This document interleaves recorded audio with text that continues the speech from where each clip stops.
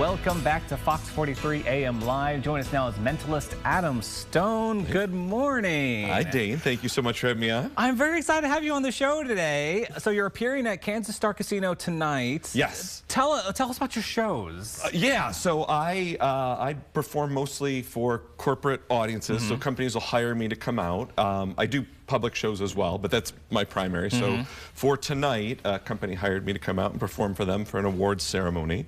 So I'm very excited. But yeah, hopefully people from the casino will come watch what I do, and then I'll come back and get to do a public show. Yes. So okay, so what all are you performing now? Like a mentalist, a magician? Like what's the difference? Similarities? Yeah. So I'm what's known as a mentalist, which means I focus on mind reading and like psychological types of effects, the weird stuff. But it's just a type of magician. Okay. So there's a lot of magicians or mentalists will be upset with that statement. But yes, it is. I'm doing magic that yeah, it's a type of magic. Okay. So I was watching one of your origin videos. You mentioned that you started because you wanted to show your daughter you were what it takes to achieve something. To be a failure, yes. Not be a failure, but to put the practice in.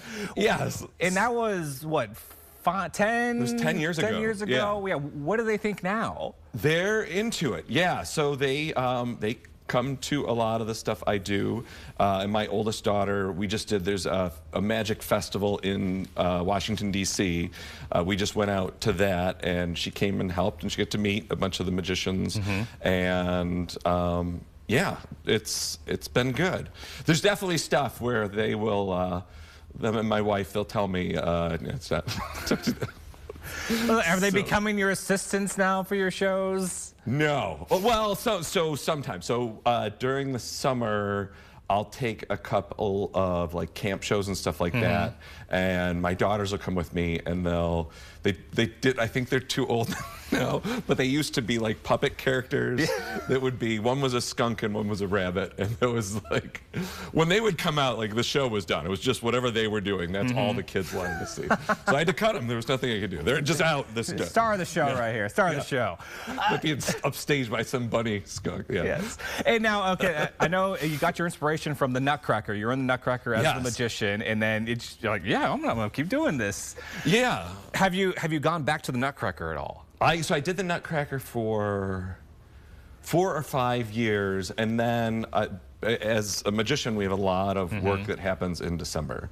So now I get hired a lot during that time. I try to save a day so I can go see my kids dance, so I don't miss out on that. But I don't get to. You don't get to participate. But it's definitely the hardest performance that I would do, because, and I know that sounds ridiculous, but it's 43 seconds, it's time to music, and you have an audience. The audience is there to see the ballet, but you also have this audience of kids who are watching you as this character that are on stage, and if they catch you at any rehearsal or at any point, they are going to be calling you out during every show how you're doing anything. It ruins everything. And so you have to pick stuff that is like good enough to fool them again and again and again, so they will watch and be like, oh, wow. But yeah. I love that you got cast as a magician and you like, all right, I'm going to become a real magician. I have that problem. I can't do anything like part of the way. It has to be like full out. So yeah. And yeah, tell me about your journey a little bit here. How you went from like, I'm going to become a cast magician. Now, like, how did you decide to be kind of more of a mentalist than anything? Like, what tricks were you trying that you fell in love with the more mental side? Yeah. So the magic community is very close, and one thing you can do, or you used to be able to do, is the magic shop by my house would have lectures from like big name magicians that would go around. They would, as they were touring, they would stop off and they would teach other magicians how they do what they do and give them performance tips. And Yeah, so one of the magicians in my area, Karush Tay, we were just talking one day, and I was still like, I don't know, I wasn't a magician, but he's like, you should have a website. And it's like, what am I going to do with a website? And he's like, just have a website. And so I started a website, and then I got booked to do a couple shows, and it was so much fun. And then the mentalism, it seems to suit me. And I find that adults are really into it. They really enjoy that type of performance. And so, I don't know, I want to make people happy. So that's definitely, yeah. Well, you made me happy, Adam. Oh, good. Very good. excited to have you on the show. So, Adam, we're going to take a quick break, but everyone, please don't go anywhere. When we come back, Adam will be performing for us a little bit of magic. I keep it written into my head a little bit. I'm very nervous.